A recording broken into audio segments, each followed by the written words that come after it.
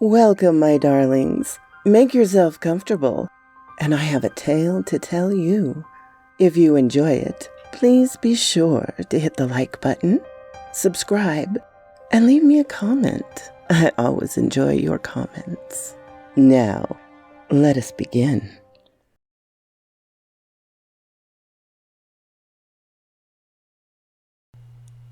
"20,000 Leagues Under the Sea" by Jules Verne. Chapter 5. At Random.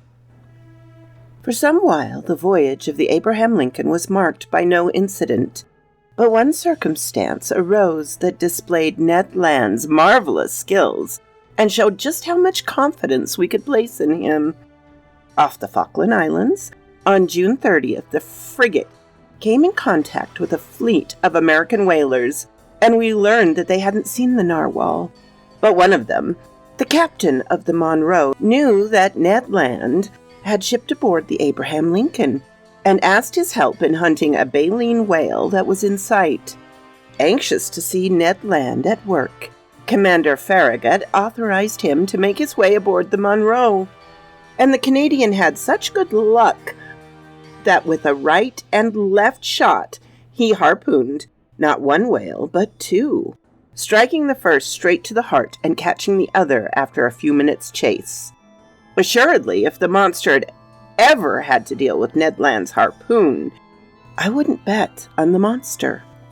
The frigate sailed along the east coast of South America with prodigious speed. By July 3rd, we were at the entrance to the Strait of Magellan, abreast of Cabo de las Vergillas. But Commander Farragut was unwilling to attempt this tortuous passage, and maneuvered instead to double Cape Horn. The crew sided with him unanimously. Indeed, were we likely to encounter the narwhal in such a cramped strait?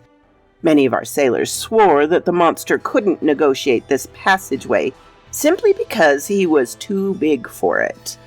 Nearly 3 o'clock in the afternoon on July 6th, 15 miles south of the shore, the Abraham Lincoln doubled that solitary islet at the tip of the South American continent. That stray rock Dutch seamen had named Cape Horn after their hometown of Hoorn. Our course was set for the northwest, and the next day our frigate's propeller finally churned the waters of the Pacific. "Open your eyes! Open your eyes!" repeated the sailors of the Abraham Lincoln. They opened amazingly wide, eyes and spyglasses, a bit dazzled, this is true, by the vista of $2,000. Didn't remain at rest for an instant. Day and night we observed the surface of the ocean, and those with nyctalopic eyes were able to see. In the dark, increased their chances by 50%, had an excellent shot at winning the prize. As for me, I was hardly drawn by the lure of money, and yet was far from the least attentive on board, snatching only a few minutes for meals and a few hours for sleep. Come rain or come shine, I no longer left the ship's deck, sometimes bending over the forecastle railings, sometimes leaning against the stern rail. I eagerly scoured the cotton-colored wake that whitened the ocean as far as the eye could see, and how many times I shared the excitement of general staff and crew when some unpredictable whale lifted its blackish back above the waves. In an instant, the frigate's deck would become densely populated. The cowls over the companionways would vomit a torrent of sailors and officers. With panting chests and anxious eyes, we would each observe the cetacean's movements. I stared until I nearly went blind from a worn-out retina, when Conseil, as stoic as ever, kept repeating to me in a calm tone, "If Master's eyes would kindly stop bulging, Master will see farther." But what a waste of energy! The Abraham Lincoln would change course and race after the animal sighted, only to find an ordinary baleen whale or a common sperm whale that soon disappeared amid the chorus of curses. However, the weather held good. Our voyage was proceeding under the most favorable conditions. By then it was the bad season in these southernmost regions because July in this zone corresponded to our January in Europe. But the sea remained smooth and easily visible over a vast perimeter. Ned Land kept up the most tenacious skepticism. Beyond his spells on watch, he pretended that he never even looked at the surface of the waves, at least while no whale was in sight. And yet the marvelous power of his vision could have performed yeoman service. But this stubborn Canadian spent 8 hours out of every 12 reading or sleeping in his cabin. 100 times I chided him for his unconcern. "Bah," he replied. "Nothing's out there. Professor Anorax, if there is some animal, what chance would we have of spotting it? Can't you see we're just wandering around at random? People say they've sighted this slippery beast again in the Pacific high seas. I'm truly willing to believe it. But 2 months have already gone by since then, and judging by your narwhal's personality, it hates growing moldy from hanging out too long in the same waterways. It's blessed with a terrific gift for getting around. Now, Professor, you know even better than I that nature doesn't violate good sense, and she wouldn't give some naturally slow animal the ability to move swiftly if it hadn't a need to use that talent.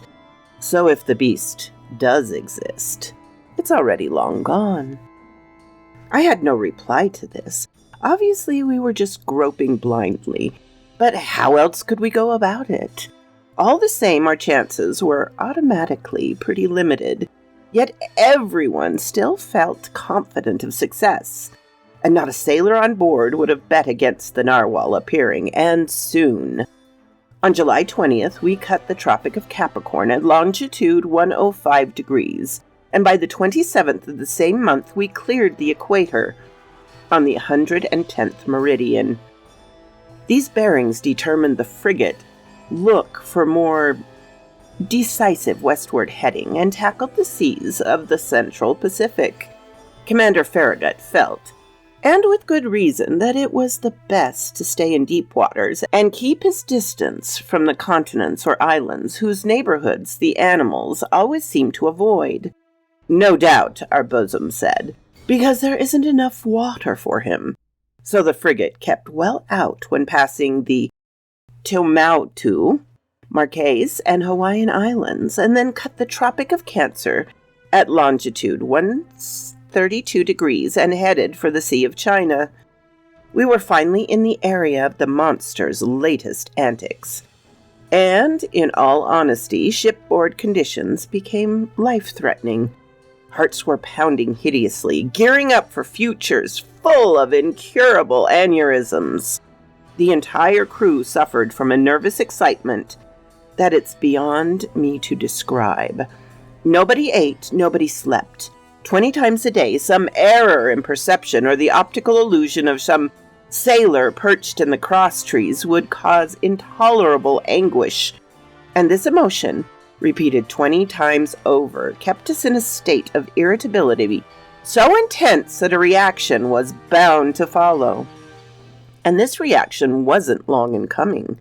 For 3 months, during which each day seemed like a century, the Abraham Lincoln plowed all the northerly seas of the Pacific, racing after whales sighted, abruptly veering off course, swerving sharply from one tack to another, stopping suddenly, putting on steam, and reversing engines in quick succession, at the risk of stripping its gears, and it didn't leave a single point unexplored from the beaches of Japan to the coasts of America, and we found nothing.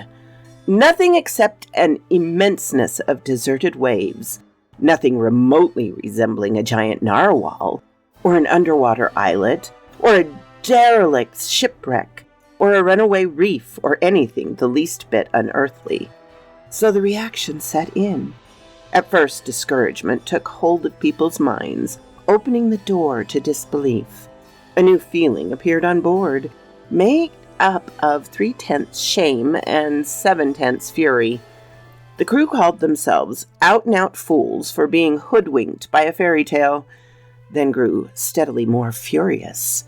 The mountains of arguments amassed over A year collapsed all at once, and each man now wanted only to catch up on his eating and sleeping, to make up for the time he had so stupidly sacrificed.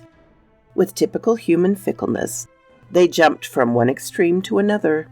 Inevitably, the most enthusiastic supporters of the undertaking became the most energetic opponents. This reaction mounted upward from the bowels of the ship, from the quarters of the bunker hand, to the mess rooms of the general staff, and for certain, if he hadn't been for Commander Farragut's characteristic stubbornness, the frigate would ultimately have put back to that cape in the south. But this futile search couldn't drag on much longer. The Abraham Lincoln had done everything it could to succeed, and had no reason to blame itself. Never had the crew of an American naval craft shown more patience and zeal. They weren't responsible for this failure. There was nothing to do but go home. A request to this effect was presented to the commander. The commander stood his ground. His sailors couldn't hide their discontent, and their work suffered because of it. I'm unwilling to say that there was a mutiny on board, but after a reasonable period of intransigence, Commander Farragut, like Christopher Columbus before him, asked for a grace period of just 3 days more.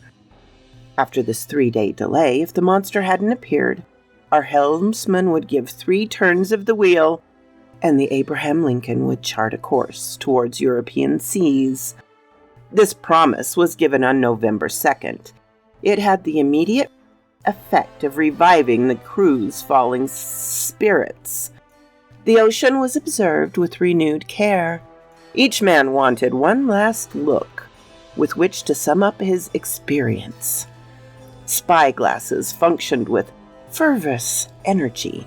A supreme challenge had been issued to the giant narwhal, and the latter had no acceptable excuse for ignoring this summons to appear.